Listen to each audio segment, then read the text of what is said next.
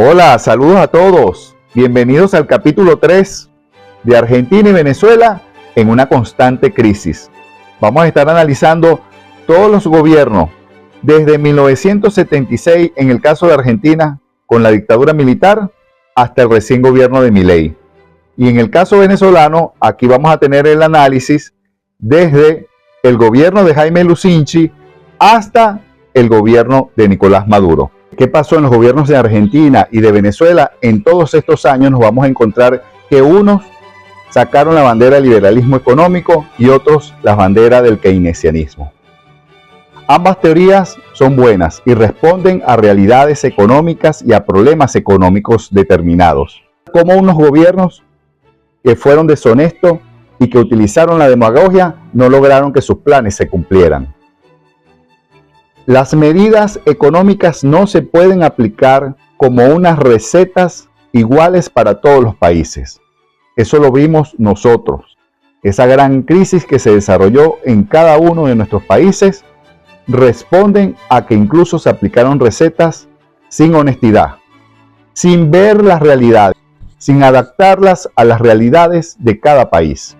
Ambas teorías responden a determinados problemas económicos. Pero nuestros gobiernos tienen que ser gobiernos con visión de estadista, con visión de desarrollo. Los controles cambiarios no funcionan cuando no responden a las realidades del mercado. Y tampoco funcionan cuando los gobiernos son deshonestos. Tanto la teoría monetaria de Milton Friedman, del liberalismo económico, no se llegó a concretar. No funcionó en muchos casos porque fue mal aplicada. Igual que los planes keynesianos o las medidas keynesianas que se adoptaron tampoco funcionaron. Las teorías económicas, si no tienen respaldo político, no funcionan. Eso lo vimos en los gobiernos argentinos del pasado y los vimos en los gobiernos de Venezuela en el pasado y en el presente, a excepción del gobierno de Carlos Andrés Pérez, quien tenía la visión, el modelo económico que se tenía que aplicar, y el primer paso era el plan del gran viraje, si no Venezuela no estuviera como está. Y Milei no hubiese recibido a Argentina en las condiciones que lo recibió. La mayoría de nuestros gobiernos se han caracterizado por la demagogia. Esas diferencias entre liberales económicos y keynesianos no es buena. Y la historia y las circunstancias nos han demostrado que ambas teorías son necesarias y responden a determinados problemas económicos. Argentina siempre está en una permanente crisis. Desde la dictadura junta de gobierno militar que se instaló en 1976 hasta 1983, donde estaba Jorge Videla, uno de sus principales protagonistas, se caracterizó por ser un gobierno que endeudó a Argentina, que manejó muy mal la economía, que tenía grandes problemas financieros y los agravaron, donde hubo violación sistemática de los derechos humanos. Ese fue un gobierno desastroso, un gobierno que fue antidemocrático, fue una dictadura férrea que utilizaba la bandera de la reorganización nacional y a la vez iba generando una violación sistemática de los derechos humanos. A nivel económico fue un desastre, dejó a Argentina con una gran deuda. Se calcula que la recibieron alrededor de 7.000 millones de dólares y la dejan en más de 40.000 millones de dólares. Luego se da la democracia, le toca a Raúl Alfonsín, quien gana las elecciones, no logra estabilizar económicamente a Argentina porque la deuda externa era muy grande y no lo dejaba, más la inestabilidad política que había. El principal logro de Alfonsín es que es considerado el padre de la democracia argentina porque logra superar todas las intentonas golpistas, las conspiraciones militares y logra que se mantenga la democracia. Y recordemos que la democracia es la mejor forma de gobierno que puede existir. El gobierno de Alfonsín se caracterizó por el Plan Austral. A nivel económico no logró superar la crisis económica con el Plan Austral. Luego viene el plan de la convertibilidad 1 a 1 de Menem, quien logra parar la inflación. Por unos años Argentina vive una estabilidad. Vienen grandes inversiones por la privatización masiva que empieza a generar el gobierno, pero esos fondos no se administraron de forma correcta. se despilfarraron, se mantuvo la convertibilidad 1-1, con fugas de capitales, con malversación de fondos, con corrupción y sobre todo viviendo una irrealidad. Y la inestabilidad social y económica se expresan cuando viene el gobierno de la Rúa. El gobierno de la Rúa no logra completar su mandato, tiene que abandonar el gobierno porque no manejaron tampoco bien el tema económico y había un gran descontento en las calles de Argentina, a tal punto que la inestabilidad política llegó, la inestabilidad y el descontento era de tal magnitud que en ese periodo pasaron después de la Rúa 4 presidentes, es decir, 5 presidentes con de la Rúa. No lograron esa estabilidad económica. Viene el kirchnerismo con Ernesto Kirchner, en el gobierno de Ernesto Kirchner, quien no aprovechó los grandes ingresos que comenzaron con el aumento de los precios de las materias primas, lo que se conocen como los commodities. El gobierno de Hugo Chávez de Venezuela lo ayudó, compró 5.600 millones de dólares de bonos buitres, de deuda buitre, de bonos que no servían para nada, que no eran ningún beneficio para Venezuela. Kirchner, con los grandes ingresos por las exportaciones que estaban entrando a Argentina, no hizo una política económica racional. Al contrario, se fue más hacia el estatismo, hacia la intervención del Estado, no se administró de forma equilibrada. Luego viene Cristina de Kirchner, quien se caracteriza por seguir con el intervencionismo del Estado, y se comienzan a acumular nuevos problemas. Luego que son afectados esos precios, esos ingresos en Argentina, viene el gobierno de Mauricio Macri, quien no logra un gran cambio, trata de estabilizar las cosas. El estatismo que habían logrado era muy alto. Se endeuda más a Argentina. Viene el gobierno de Alberto Fernández, también kirchnerista, peronista. El gobierno de Alberto Fernández, que sigue con el mismo intervencionismo de Estado, con control cambiario, con varias tasas, generando dinero inorgánico. Lo que hizo fue agravar la crisis y colocó a Argentina al borde de la hiperinflación. Algo terrorífico para los argentinos, volver a vivir la hiperinflación, altas tasas de inflación todos estos años, mermado la capacidad de compra de los trabajadores, de los argentinos, y le toca a Javier Milei transitar, controlar, hasta los momentos ha logrado controlar de forma contundente, tiene déficit cero y devaluó la moneda, pero administrando bien los recursos. Todos estos gobiernos se caracterizaron por la fuga de capitales, incluso en el mismo gobierno de Macri.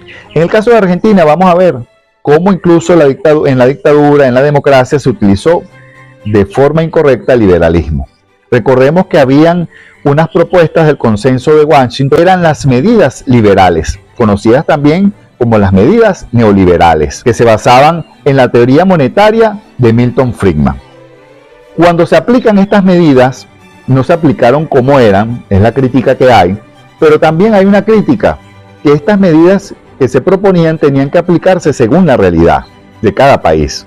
No puede ser una receta que se aplicara exactamente porque cada país tiene sus realidades económicas y políticas y sociales. Se generaron una serie de descontentos con la aplicación del liberalismo económico, generándose efectos por su mala aplicación, como el efecto caipirinha en Brasil, que también afectaba a Argentina, el efecto tequila de México, incluso el mismo Tesoro de los Estados Unidos llegó un momento que desechó la teoría de Friedman, porque le fue generando algunos problemas. Y como vimos en la explicación, es una teoría que sirve para algunos casos, una teoría capitalista, igual como es la keynesiana, que también responde para determinados escenarios económicos o problemas económicos, igual que la teoría monetaria de Milton Friedman. En el caso venezolano, vamos a observar que más que aplicación de teorías liberales, vamos a ver la aplicación de la teoría keynesiana. Uno de los grandes problemas que vivió Argentina era la falta de honestidad en las políticas públicas, igual el caso de Venezuela. Falta de honestidad en las políticas públicas, mucha corrupción, grandes ingresos petroleros.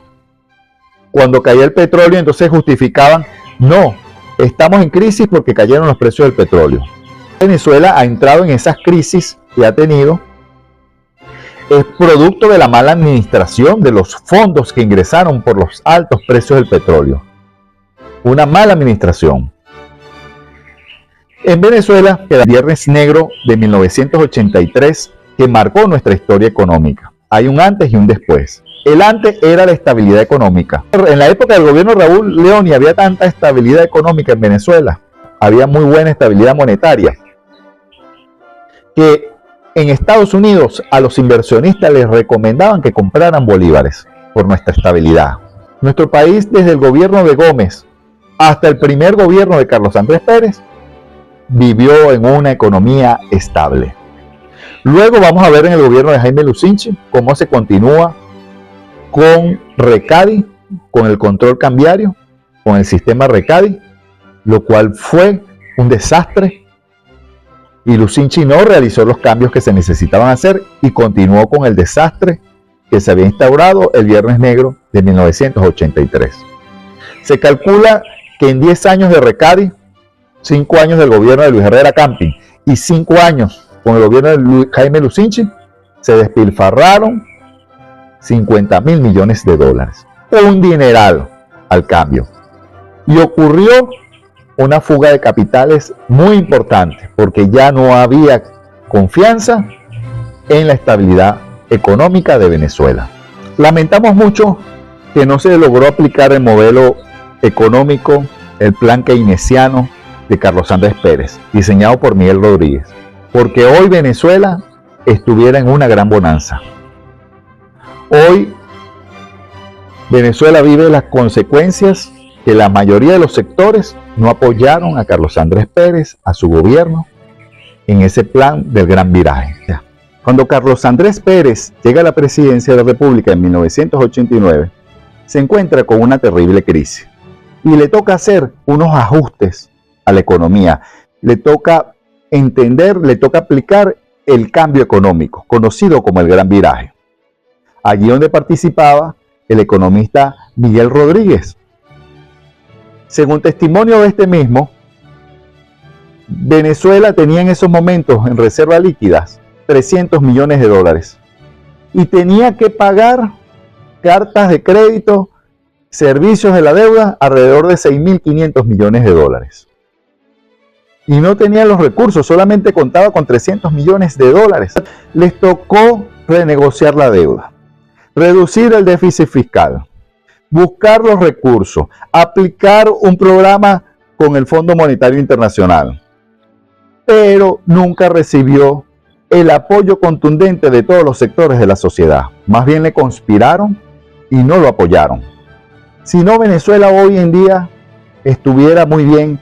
Hoy estuviéramos viendo grandes ciudades parecidas a Dubái, en Barquisimeto, en Maracay, en Caracas, en Valencia, en Puerto La Cruz, en Bolívar, en Maturín, en Zulia, en Barinas, en Portuguesa.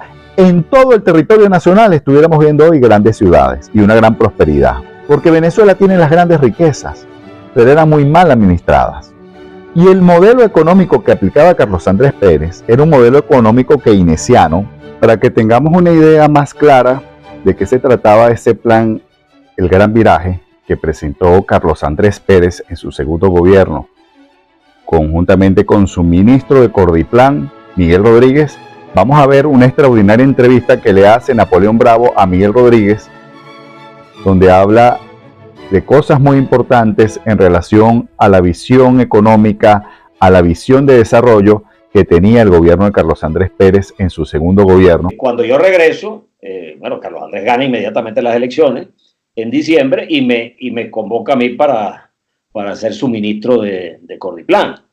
Y es en ese momento que descubrimos la crisis de balanza de pago más grande de toda la historia de Venezuela, mayor que la actual, como crisis de balanza de pago. Ahorita la situación en Venezuela es más grave porque venimos de muchos años de este desastre y tenemos una crisis humanitaria pues, que no existía en aquel momento. Porque, paradójicamente, se venían de 3 años de crecimiento económico, aunque con alta inflación, en el gobierno del presidente Lucinchi. Pero que se hizo con un plan masivo de gasto público, de obras públicas muy importantes, que fueron los que impulsaron ese crecimiento de 3 años, pero que agotaron totalmente lo que llamaba lo que llamó el presidente Lucichi en enero del 86, la botija llena. Tú debes recordar la expresión, que eran 17.000 millones de dólares de reservas internacionales, que es como decir ahora tener 60.000 millones de reservas internacionales en el Banco Central. Y sobre esa base apretaron el acelerador, pero con un esquema de política económica ya equivocado. Creo que Héctor Hurtado ya no era el mismo brillante pues administrador público que fue durante mucho tiempo, en ese esquema de Recadi, bueno, lo que se produjo fue una terrible situación de déficit fiscal, déficit de balanza de pago, corrupción administrativa, porque cuando tú tienes todas esas tasas de cambio diferenciales, como las ha tenido Cadivi, obviamente en aquel momento eran 4.30, 7.50, 14.50 y 48 en el mercado libre, el estímulo de la corrupción es tremendo. Perdón, tú eres de la juventud por lo cual yo creo que pasa la historia, Carlos Andrés Pérez, del gran mariscal de Ayacucho, de lo que estudiar, eres anterior. Carlos Andrés incorpora a Moisés Naín, tú sabes, a Herbert Torres, después a Ricardo Jauman, que me reemplazó a mí en el Ministerio de Planificación, a Pedro Rosa, Cáscara, era mi director de largo, Martínez Mótola, era mi director de largo plazo, Roberto Smith era mi director de corto plazo, el famoso Andrés Ruski, que hoy en día es presidente de la empresa de electricidad más grande del mundo, EIS, que Carlos Andrés decía que él estaba cosechando lo que le había sembrado en su primer gobierno, la generación Ayacucho, formados en las mejores universidades del mundo. No, yo te hablo del primer gobierno. El gobierno de Carlos Andrés Pérez fue el gobierno de más grandes realizaciones en términos de inversión en infraestructura en Venezuela. De esa infraestructura que montó Carlos Andrés Pérez, estamos todavía viviendo en el país. Es verdad que la represa del Guri, la primera piedra la puso Betancur, sin duda, con la visión de Leopoldo Sucre Figarella, del general Rabar, que era el presidente de la CBG, pero se empezó a construir realmente poco a poco en el gobierno de Leoni, ¿no? Cuyo ministro de Obras Públicas fue precisamente Leopoldo. ¿Tú te acuerdas? Ya va, Miguel. Pero el 70% de Guri se construye en el primer gobierno de Carlos Andrés Pérez. Se construyen grandes troncales de transmisión, se construye plantacentro, ¿verdad? Las obras fundamentales del sector eléctrico, en la mayor parte de los embalses de agua de Venezuela. Las obras de agua fundamentales del país se construyen en el primer gobierno de Pérez. Se monta el gran programa de becas Mariscal de Ayacucho. Se monta el sistema de orquestas juveniles con José Antonio Abreu. Arrancamos el año de 1989 con un problema de 6.500 millones de dólares de cartas de crédito que había que pagar en 4 meses. ¿Tú sabes lo que es eso? Sí. Si te lo digo en valores de hoy, ¿verdad? Serían algo así como unos 25.000 millones de dólares que habría que pagar en 4 meses. Imagínate esto. Ahorita están rogando por 4 lochas para poder pagar los bonos PDVSA 2020 y salvar a Citgo, ¿verdad? Nosotros teníamos que pagar 25.000 millones de dólares en cartas de crédito en 4 meses. Más 4.500 millones de servicio de deuda con la banca de largo plazo. Estamos hablando de más de 40 billones de dólares a valores actuales que teníamos que pagar en ese año de 1989. Yo tuve que salir en enero, antes de la toma de posesión de Carlos Andrés Pérez, a buscar 1.500 millones de dólares en préstamos puentes del Tesoro americano, del Banco de España y un desembolso de 500 millones del Fondo Monetario Internacional, al cual tenía acceso Venezuela, ¿verdad? Para pagar las cartas de crédito de febrero, porque no teníamos con qué pagarlas. Recibimos 300 millones de reservas líquidas en el Banco Central con compromisos de pago de deuda solamente de 11 billones de dólares. Como te digo, 40 billones de dólares a precios actuales. Una cosa monstruosa. O sea, ¿tú te acuerdas del Cabito Castro y las cañoneras alemanas? No. Eso no era nada en comparación con lo que nosotros recibimos en 1989. Fuimos, ¿verdad?, montando los programas.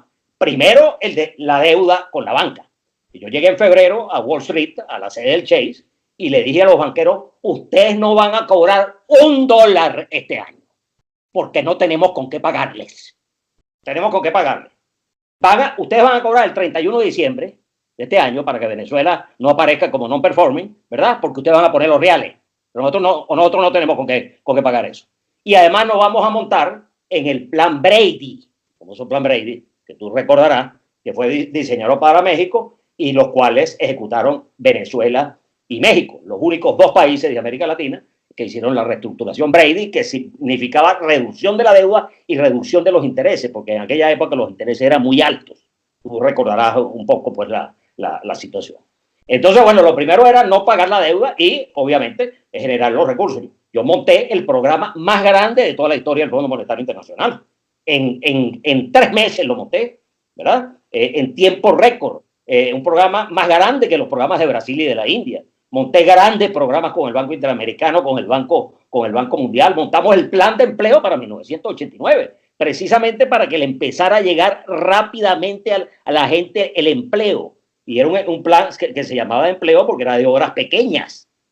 Carlos Andrés convocó sesiones especiales del Congreso porque nosotros ya teníamos aprobado en el directorio del Banco Interamericano y del Banco Mundial todos esos programas en abril del año 1989. Y Carlos Andrés convoca sesiones extraordinarias del Congreso, ¿verdad?, para aprobar las leyes de crédito público necesarias para la ejecución del plan de empleo, y simplemente el Congreso no las aprobó, ¿verdad? No las aprobó. Y me da vergüenza decirlo, ¿verdad? Porque ellos reclamaban que ahí tenían que estar las obras fundamentales de los amigos de ellos, ¿verdad? Y yo les decía, no. Esos son para obras pequeñas. Es un programa keynesiano, decía que era un programa neoliberal. No hay un economista, tú que dices que yo soy un economista importante de Venezuela, no hay un economista más keynesiano en Venezuela y en América Latina que yo. ¿Entiendes? Eso no tenía nada de programa neoliberal. Es un programa basado fuertemente en la inversión pública desde 1989. Bueno, resulta que el Congreso de la República de Venezuela no aprobó ese plan sino en febrero del año 90 y contribuyó rápidamente a la recuperación de la economía. En el año 90 la economía creció 7%, pero ese plan estaba diseñado era para el año 89. Entonces, por eso tú me haces esa pregunta de por qué no le explicamos y tal. Bueno, yo le expliqué, asistí después de la conmoción del 27 de febrero, porque ese gobierno arrancó con ese clavo metido pues en el hígado del 27 el Caracazo. El Caracazo, que todo el mundo dice en medio de una absoluta locura que tiene que ver con el programa económico de Carlos Andrés Pérez. Si el 27 de febrero fue a los 25 días de la toma de posesión de Carlos Andrés Pérez, hay que estar absolutamente loco para decir que el 27 de febrero fue responsabilidad del gobierno de Carlos Andrés Pérez. Un soberano disparate. Y sobre eso se montaron después ¿verdad?, a hacerle oposición y a decir que era un paquete neoliberal, etcétera, etcétera. Ese fue el programa más gradual de todos los programas de ajuste que se hicieron en América Latina. Pero Michel Candezucker, el managing director del Fondo Monetario, era un tipo de primera categoría. Y ellos apoyaron totalmente todas las medidas porque era un programa integral. El problema fue interno en Venezuela. Yo me cansé de explicarle a todos los partidos políticos, a todos los sectores del país, lo que significaba ese programa para el desarrollo de Venezuela, la gran expansión petrolera, que era un elemento central de ese programa.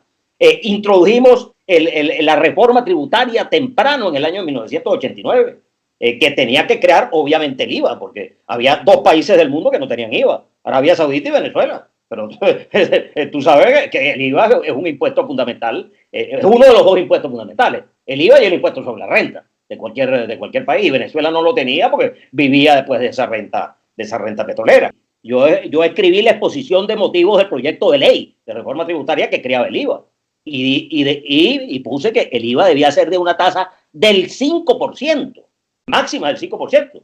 Porque Venezuela era un país con una regalía petrolera muy importante y por esa razón no necesitaba un IVA como Colombia, Argentina o España o los otros países del 10, del 12%. ¿Qué más gradual que eso? Mira, introdujimos el proyecto de ley que creaba el Fondo de Estabilización Macroeconómica en el año de 1991, ¿verdad? Un elemento central que tiene que tener un país petrolero. Para esterilizar en un fondo de ahorro soberano los excedentes que produzcan los aumentos de precio del petróleo y ejecutar en la economía solamente los recursos derivados del aumento de la producción, pero todo lo que venga de precio, por encima de un precio establecido, debe ser depositado en ese fondo. Nosotros introdujimos eso en el Congreso de Venezuela en el año 91. Noruega lo introdujo en el 94 en su Congreso. Y lo apoyaron y lo aprobaron en el 94. Nosotros lo introdujimos en el 91 y no lo aprobaron nunca. Bueno, Noruega tiene hoy 1.3 trillones de dólares en ese fondo soberano, que le garantiza la seguridad social a los noruegos hasta el año 5.587,2, ¿verdad? Y nosotros fuimos los primeros que los propusimos en el mundo. Es más, yo le encomendé que escribiera el paper y definiera la estructura paramétrica del Fondo de Estabilización Macroeconómica a un joven economista venezolano que estaba de profesor invitado en la Universidad de Oxford, que se llama Ricardo Hausmann. ¿Entiendes? Que fue el que escribió el primer paper sobre lo que tiene que ser un fondo. Y eso se lo metimos al Congreso. Y no lo aprobaron nunca. Venezuela es un país que hoy en día debía ser la Noruega de América Latina. Debía tener $500 billones ahorrados en ese fondo que aseguraran el futuro de todos los venezolanos. ¿Verdad? No era el Fondo Monetario Internacional. No, señor. Era el problema interno de la ignorancia absoluta del deterioro de los partidos. Tremendo deterioro de los partidos políticos. Carlos Andrés, cuando nos mete a nosotros en el gobierno, que él decía que era la cosecha de la generación Ayacucho, él quería que nosotros nos metiéramos en los partidos políticos. Y nos decía, ustedes deben meterse en los partidos políticos y convertirse en líderes de los partidos políticos. Yo quisiera que fuera en mi partido, no porque es mi partido, sino porque creo que es el más débil de todos. Acción Democrática. Acción Democrática fue el partido que tuvo la mejor clase profesional, tuvo los mejores economistas, tuvo los mejores ingenieros, los mejores sanitaristas del país. Y eso se fue acabando y Acción Democrática parecía un cascarón vacío, como el mismo Carlos Andrés Pérez lo decía. Mira, lo primero que dije es que Venezuela hubiera cambiado con el segundo gobierno de Carlos Andrés Pérez. Pero también es verdad que un gran país desarrollado. Venezuela debía tener un ingreso per cápita olvídate de Chile, olvídate de Chile, de los países del Medio Oriente. El gran país petrolero debía ser Venezuela. Debía producir 10 millones de barriles diarios hoy en día. Pero también es verdad que desde el gobierno de Marcos Pérez Jiménez hasta el primer gobierno de Carlos Andrés Pérez, Venezuela era la Noruega de América Latina. No, fue el país de más alto crecimiento en el mundo. Por eso. Desde los años 40. Tuvo algunos problemitas ahí en el primer gobierno de Betancourt, porque fue el gobierno del golpe de Estado, tú te acuerdas del trienio, que fue un gobierno muy político, ¿verdad? Pero Venezuela, efectivamente, si tú lo traes de los años, yo te puedo mostrar un gráfico de un ensayo que yo escribí, que cuando tú ves esa montaña, todo ese crecimiento, el crecimiento de Venezuela de los años 50 hasta el pico histórico de ingresos per cápita, que es el año 78, que es el último año del primer gobierno de Carlos Andrés Pérez. Ahí comienza una lamentable declinación en los 5 años del gobierno del presidente Herrera, a pesar de estar viviendo la bonanza petrolera más grande en toda la historia del país. Y a eso se suman los 2 primeros años del gobierno del presidente Lucinchi, por políticas totalmente equivocadas, de diagnósticos pésimos sobre la situación que recibe el presidente Herrera, el disparate que dijo que él recibió un país hipotecado, lo cual era totalmente falso, absolutamente falso, porque Carlos Andrés Pérez no dejó deuda pública externa durante su primer gobierno. La deuda la tenían algunas empresas del Estado como Bedelca, Sidor, etcétera, algunas empresas de Guayana y tal, pero Venezuela creó el primer fondo soberano también en el primer gobierno de Carlos Andrés Pérez. Lo creó Gumersindo Rodríguez y Héctor Hurtado, que se llamó el Fondo de Inversiones de Venezuela. ¿Tú te acuerdas? El Fondo de Inversiones de Venezuela. Bueno, ese fondo, al final del gobierno de Pérez, tenía todavía $7 billones acumulados en el exterior. Y PDVSA tenía $5 billones, que ya Venezuela, PDVSA era una empresa del Estado, porque Carlos Andrés la tuvo que nacionalizar adelantada en el año 76, ¿verdad? No porque bueno, eso era un proyecto de Acción Democrática toda la vida, como tú lo sabes, sino porque se había aprobado la famosa ley de reversión en el año 68. Perdóname que te hable de tantas cosas juntas, pero y eso no fue Caldera. Durante el gobierno de Caldera se desacelera la economía precisamente por la aprobación de esa ley de reversión, que no fue un invento de Caldera. Caldera tuvo un excelente ministro de Hacienda en su primer gobierno, que fue Pedro Tinoco, ¿verdad? Sino por el problema de la ley de reversión que decretaba que los activos de las compañías transnacionales, ¿tú te acuerdas? De la Creole, de la Shell, de la Móvil, iban a pasar al Estado venezolano en el año 1983. Un soberano disparate, una locura, porque todo lo que vino fue una huelga de inversiones por parte de la petrolera. Ni pendejo que fuera. A partir de ahí entonces Carlos Andrés tuvo que adelantar la nacionalidad porque estaba colapsando la producción petrolera. Bueno, tú escribiste 3 años después del gran viraje que había convertido a Venezuela en el país de más alto crecimiento en el mundo y que le iba a convertir al desarrollo. Fue detenido con la defenestración de Carlos Andrés Pérez. Totalmente. Rebelión de los náufragos. Una absoluta locura. Un golpe de Estado que no fue Chávez. No fue Chávez ni Arias Cárdenas, nieto, porque Carlos Andrés los derrotó en 4 horas. Estaban derrotados. Ahí se montó fue el golpe cívico. Sí. O cívico-militar, si lo quieres llamar de esa manera. Encabezado por Rafael Caldera. Lamentablemente Uslar ya en una situación de, bueno, me da cosa porque yo admiro a Uslar Pietri por otras razones. Por cierto, fue el primero que me llamó cuando refinanciamos la deuda para felicitarme y decirme que nosotros lo que estábamos haciendo era lo que él le había planteado toda su vida a Venezuela. Con estos personajes siniestros de Ramón Escobar Salón, José Vicente Rangel, detrás montando esta cuestión. Déjame decirte una cosa, a un gobierno que fue el gobierno más honesto de toda la historia de Venezuela, fue el segundo gobierno de Carlos Andrés Pérez.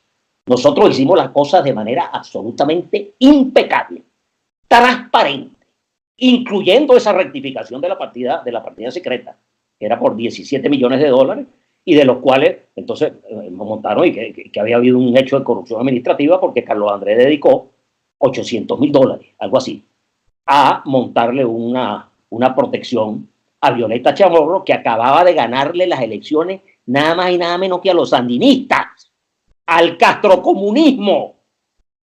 Acuérdate que Fidel no quería elecciones en Nicaragua, él decía que eso era un botín de guerra, y Carlos Andrés fue un factor decisivo en la producción de las elecciones en Nicaragua, y después Violeta Chamorro le gana las elecciones, y como señaló José Rodríguez Iturbe, presidente de la Cámara de Diputados de Venezuela, decía, no, el presidente Pérez actuó con absoluta corrección. Es una decisión política fundamental, extraordinaria del presidente Pérez haberle dado la protección a Violeta Chamorro. Y nosotros en el gabinete hicimos todo con total apego a la corrección administrativa. Todas las funciones del gobierno las hicimos así. Un presidente con el conocimiento de la cuestión administrativa como Carlos Andrés Pérez. Bueno, eso fue un golpe. Entonces, este golpe de Estado que acabó con el gran viraje, detuvo las reformas políticas fundamentales de que estaba haciendo Carlos Andrés Pérez. A Carlos Andrés Pérez se le dio otra cosa que no hemos mencionado, la elección directa de los gobernadores en Venezuela. ¿Tú te acuerdas? ¿Verdad? Y en contra de su partido Acción Democrática, que no las quería, porque sabía que iban a perder la mitad de las gobernaciones. Alejandro Izaguirre, de quien yo me hice gran amigo, me decía, no, es que el presidente ¿cómo va a dejar de nombrar él cuando todos los presidentes han nombrado a dedo a los gobernadores de estado? Vamos a perder 10 gobernaciones. Y yo le decía, ministro, pero fíjense que las democracias son para eso, para compartir el poder. En los Estados Unidos la mitad de los gobernadores son demócratas y la mitad de los gobernadores son republicanos. Ahora bien, la pregunta inicial. O sea, fue un gran gobierno y además el gobierno más honesto. Nos montan una matriz de opinión espantosa de corrupción contra Carlos Andrés Pérez, ¿verdad? Con ese juicio y antes de eso, una cosa que me da vergüenza decirlo, pero lo voy a decir aquí, y se lo voy a decir a todo el mundo, porque además lo hizo un amigo mío, que se llama Marcel Granier, que nos montó esa porquería de telenovela por esta calle, ¿verdad? Que le creaban una matriz de corrupción administrativa a un gobierno que estaba haciendo las cosas totalmente impecables. Y lo hizo. ¿Sabes por qué lo hizo? Porque él creía que Carlos Andrés Pérez le iba a regalar la CanTV a Gustavo Cinero, que estaba asociado con Belcana, disputando pues la privatización de la CanTV. Porque yo fui el que convencí a Carlos Andrés Pérez de la necesidad de privatizar la CanTV, y modernizar las telecomunicaciones en Venezuela. ¿Tú te acuerdas que uno levantaba el teléfono y tenía que esperar 10 minutos a que le cayera el tono? Y después tenés que marcar 10 veces para poder hacer una llamada, porque no se habían vuelto a hacer una inversión en Venezuela desde el primer gobierno de Carlos Andrés Pérez, en la CanTV de Venezuela. Yo lo convenzo, entonces vamos a eso, y Marcel no pone esa campaña. Yo le decía, Marcel, tú vas a tener las cámaras de Radio Caracas enfocadas, viendo la apertura de los sobres, ¿verdad? El otro consorcio, un consorcio poderosísimo, 2 de las mejores compañías del mundo, la GTE y AT&T, ¿verdad? Pero va a ganar el que saque el cheque más grande. Bueno, esa fue la privatización más transparente y más brillante que se hizo en América Latina. La privatización de la CanTV de Venezuela tiene el precio más alto de todas las empresas de telecomunicaciones que se privatizaron en América Latina, lo tiene la CanTV de Venezuela.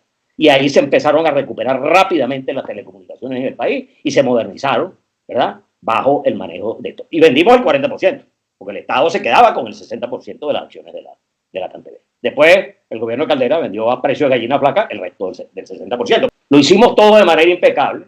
Después, Marcel, reconozco que efectivamente se hizo, porque a Cinero y a Belcanada lo barrió el otro consorcio. Le sacaron casi $1 billón de ventaja en el cheque. Dimos 25 años que eran años fundamentales para Venezuela.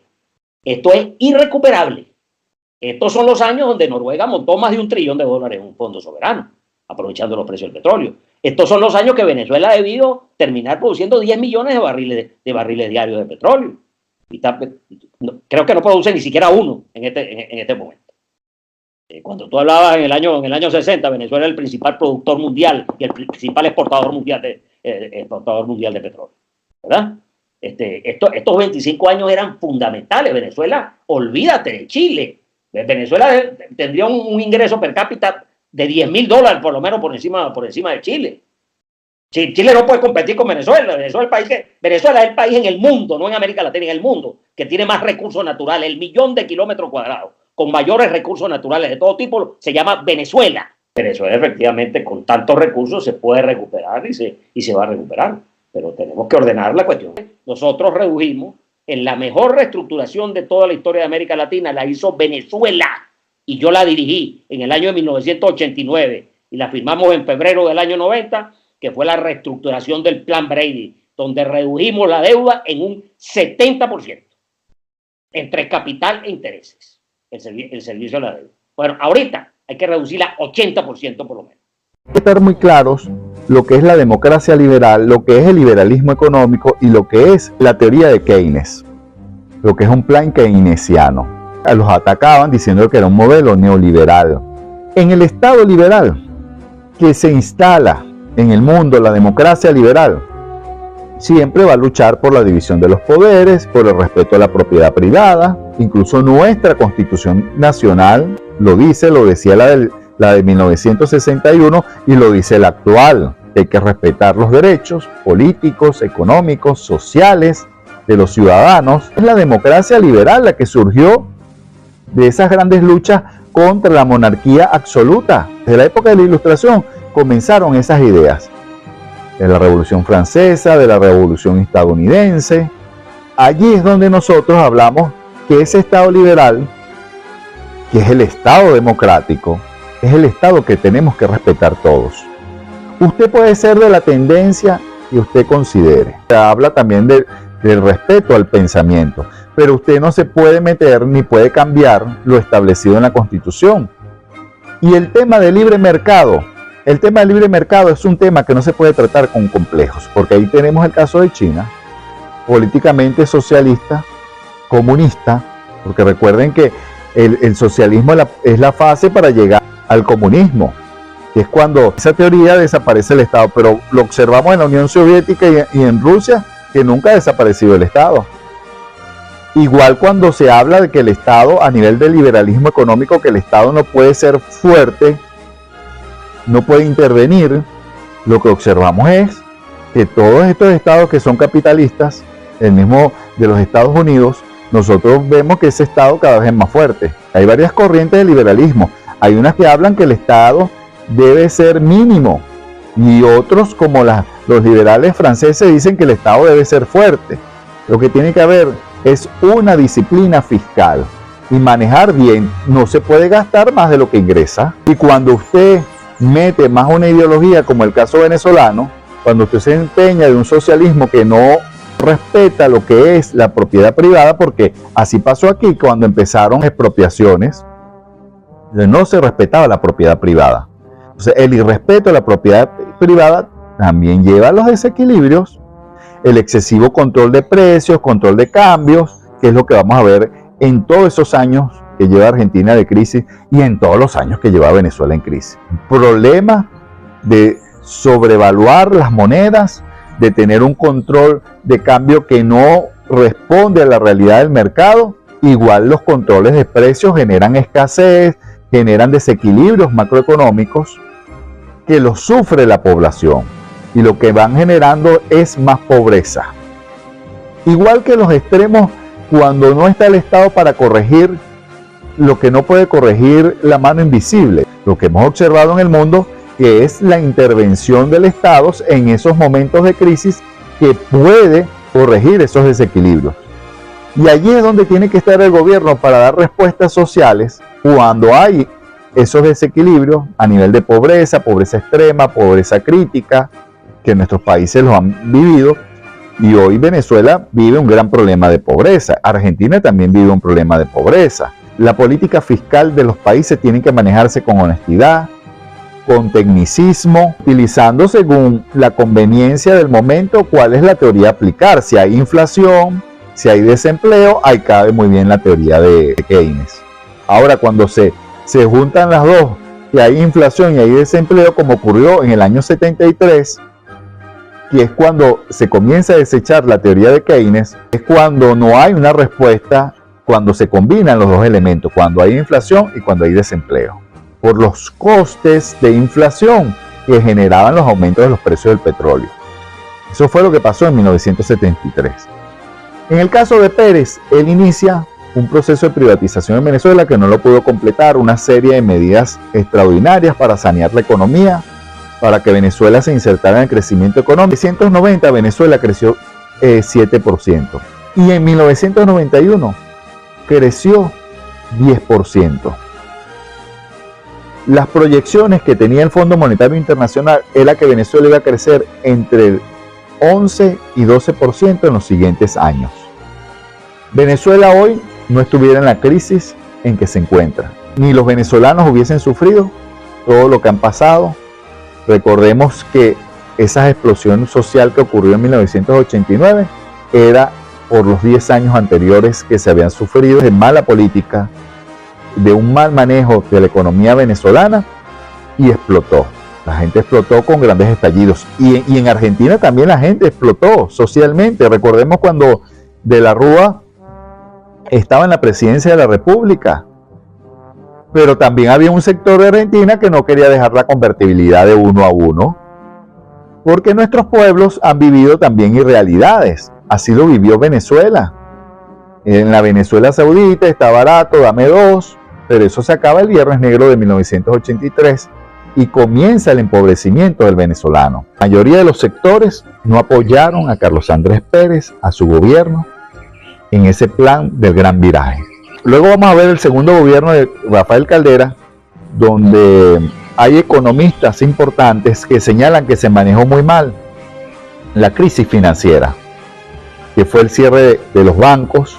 El Banco Latino, uno de los principales bancos del país, también cerró sus puertas y comenzó la crisis financiera. Nada fácil. Caldera se caracterizó en su primer gobierno por la estabilidad política, por manejar de forma conservadora la economía, y en su segundo gobierno, ante la gran crisis que enfrentaba, comenzó a aplicar la agenda Venezuela. Es considerado la apertura petrolera como algo positivo porque eso logró que Caldera entregara a Chávez producción petrolera de 3.300.000 barriles diarios a Hugo Chávez. Gracias a la apertura petrolera que había iniciado y a la agenda Venezuela, logró entregarle alrededor de 17.000 millones de dólares en reservas.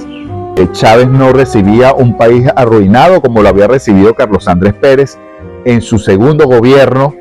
El gobierno de Chávez, que criticaba tanto los gobiernos anteriores, que comenzó con un cambio de la Constitución, cambiando la Constitución de 1961 por la de 1999, se va a caracterizar por ser un gobierno que despilfarró los grandes ingresos que entraron a Venezuela por explotación petrolera. Se habla de un ingreso petrolero extraordinario entre 1999 y 2014, que aquí entraron más de 900.000 millones de dólares, que fueron despilfarrados, que no se recordaron que hicieron lo que criticaban.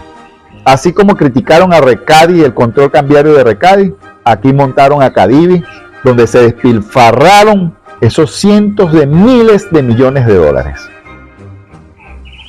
Porque siempre va a haber quien trata de comprar esos dólares baratos, venderlos caros o guardarlos. Nuevamente hay fuga de capitales. Uno, por el nerviosismo que había porque se realizaron expropiaciones masivas y que hoy nuestra república debe todas esas expropiaciones que no se pagaron, una deuda que se le suma. Endeudaron al país, que hoy ni se sabe a ciencia cierta con exactitud porque no hay una publicación de la deuda venezolana. Se calcula que está alrededor de los 190.000 millones de dólares, otros dicen que es 150.000 millones de dólares, más 40.000 millones de dólares que se deben por expropiaciones. Es una situación muy difícil. A Maduro le correspondía hacer un cambio económico, no se atrevió a hacerlo, a pesar de que ahí estamos hablando porque Chávez llega hasta el 2012. Maduro recibió unos precios extraordinarios del petróleo, pero no realizó los cambios que tenía que hacer. Más bien se afincó en el control de precios, en el control cambiario, que generó distorsiones, vino la escasez terrible que se vivió en Venezuela y luego vino la hiperinflación. Como no realizó el cambio que tenía que hacer, de pasar del modelo rentista al modelo productivo, como lo había planteado Carlos Andrés Pérez en su segundo gobierno, que ya lo vimos, Venezuela cayó en la hiperinflación. Hoy en día, por esa gran crisis económica desarrollada, 7 millones de venezolanos que salieron huyendo a la crisis económica, a la crisis política que se desarrolla en Venezuela. Este gobierno no inspira la confianza para que vengan las inversiones nacionales y extranjeras. Ya el gobierno no puede solo. Hay que aumentar la producción petrolera porque la bajaron. Hoy en día la producción petrolera está alrededor de los 800.000 barriles. Plantean que a través de Chevron, que es una concesión privada que hacen con esta empresa petrolera, de llegar al 1.000.000 de barriles diarios. Nosotros aspiramos y deseamos que eso ocurra porque no se justifica que PDVSA, con una gerencia estatista donde se acabó con la meritocracia, hayan acabado con la segunda industria petrolera del mundo. La primera industria estatal, de ejemplo por su gerencia, por su meritocracia, quedó en el suelo porque le empezaron a otorgar funciones que no le correspondían, como Pedeval, por ejemplo, funciones sociales que no le correspondían, porque a nosotros lo que nos interesaba era que PDVSA se concentrara en el negocio petrolero como lo venía haciendo. Muy bien, eso fue un error del gobierno de Chávez y del gobierno de Maduro, dejar que PDVSA se destruyera, dejar que bajara la producción petrolera. Eso fue muy malo porque nuestro principal potencial es el petróleo, la minería, el oro.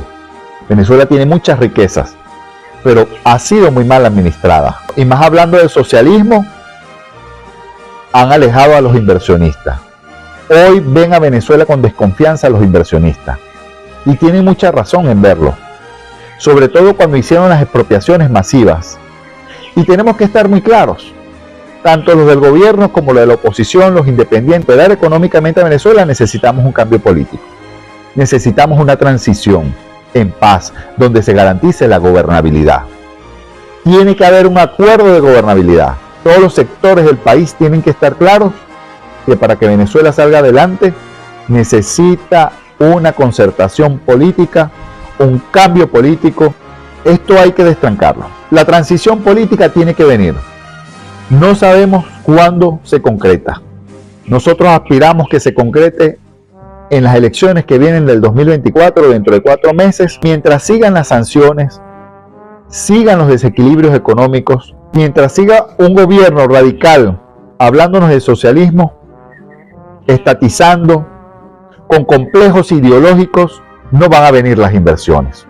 Aquí necesitamos un gobierno que brinde la confianza para que vengan las inversiones, que logre el saneamiento de nuestra economía, que negocie la deuda pública venezolana, que vuelva a colocar un sistema de gerencia y haga una reingeniería en PDVSA, que PDVSA vuelva a ser ejemplo, pero eso amerita una apertura petrolera, una nueva gerencia, una reinvención del Estado, pasando del Estado centralista que hay actualmente a un Estado descentralizado. Gracias por habernos sintonizado.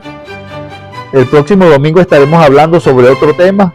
Recuerda suscribirte si no lo has hecho. Gracias por tu apoyo, por tu ayuda al darle like a este video.